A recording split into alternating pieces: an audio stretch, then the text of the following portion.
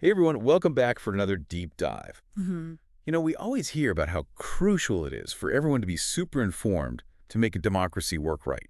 Right. Like if you don't know every detail of every policy, you're failing your civic duty or something. Yeah.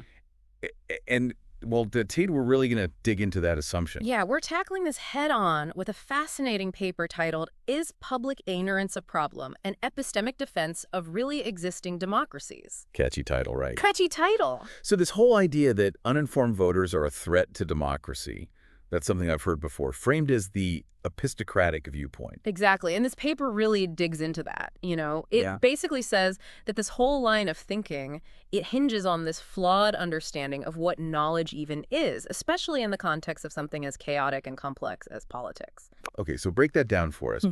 I get that politics is complicated, but why doesn't more informed voting automatically equal better outcomes?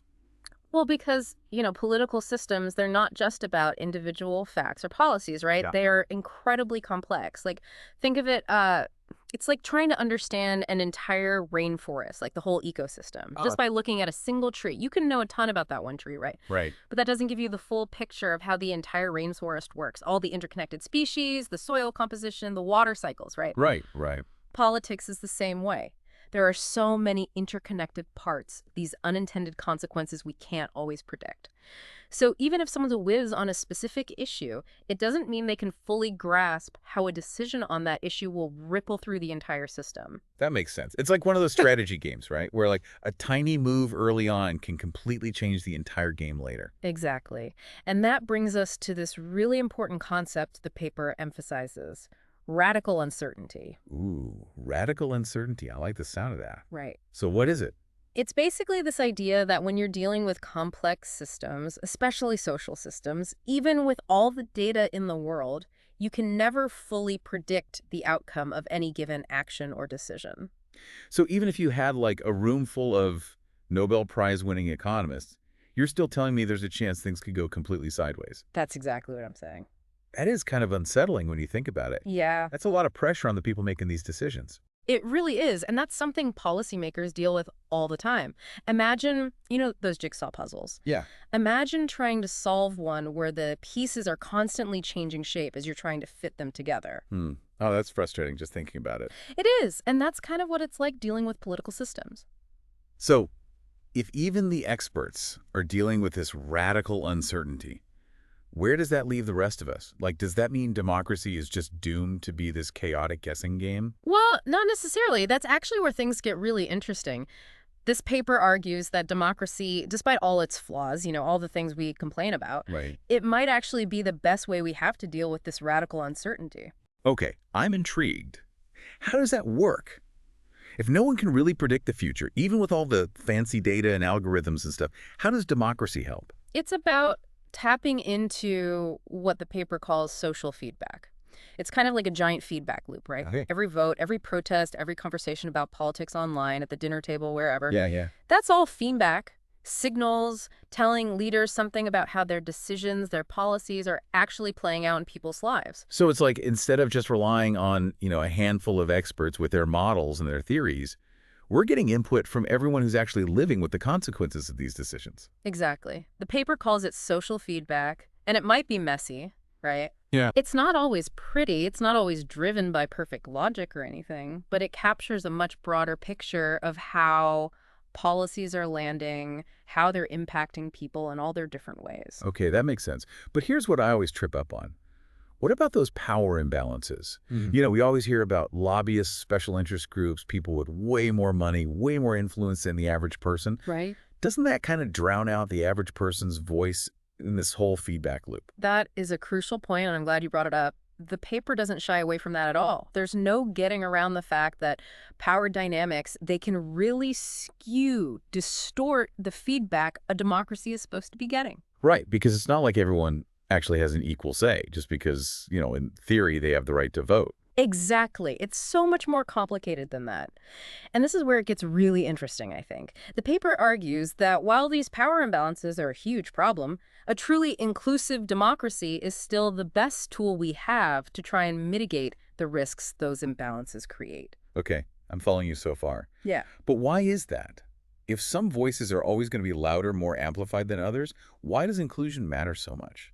Because silencing any part of that feedback loop, even if you don't like what you're hearing, even if you don't agree with it, Right. it actually makes the uncertainty worse.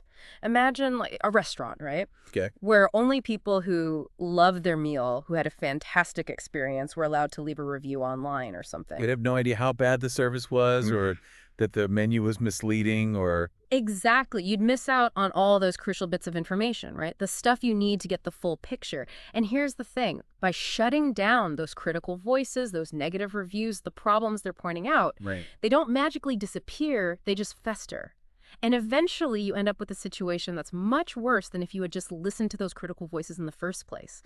Democracy really relies on that messy back and forth, the agreement, the dissent, all of it to function properly. So if we bring this back to this idea of public ignorance, right, what does it actually mean for all of us? For our listeners, people tuning in, trying to make sense of the world, maybe feeling that they don't know enough to participate to make a difference. Right. So if we bring this back to this idea of public ignorance, right, Yeah. for our listeners, people tuning in, trying to make sense of the world, maybe feeling like they don't know enough to participate, to make a difference. It means their voices still matter. Okay. You don't need to be a scholar or a policy wonk Right. to contribute to a healthy democracy. Okay. Your experiences, your struggles, your hopes for the future, Right. those are all valuable pieces of information. And honestly, Yeah. being wary of anyone who tries to tell you that your perspective isn't valid, that it isn't important enough to be heard, that's a big deal. Attempts to silence dissent, right? Right. To disqualify certain groups from participating, those are red flags. Because that's how we miss out on that crucial feedback, right? Like you're saying, those warnings about the bad service and the misleading menus. Exactly. That can help us address problems Yes. before they become these huge crises. Exactly. And remember, this paper, it argues that a more inclusive democracy, Yeah. even if it's messier, Right. even if it's more challenging at times, Sure. it's likely to be more resilient Okay. when facing this radical uncertainty we've been talking about. This has really changed how I think about this whole thing. It's not about everyone becoming a policy expert overnight, right? Yeah. It's more about making sure everyone feels empowered to share their own experiences, Yes. their own perspectives, Yeah. even if they don't perfectly align with, what the textbooks say or whatever. Absolutely. It's about creating spaces where those voices, those diverse voices, can be heard. And not just heard, but taken seriously, even when they challenge the status quo. This has been a great deep dive, really insightful. It makes you think about the power of participation and how important it is to value everyone's experience, not just the so-called experts. Couldn't agree more. We all have something to contribute, even when things feel uncertain, messy. Don't let anyone tell you otherwise. Absolutely. So to everyone listening, keep those conversations going, keep sharing your perspective, and keep asking those tough questions. Never underestimate the power of your own voice. Until next time, keep diving deep.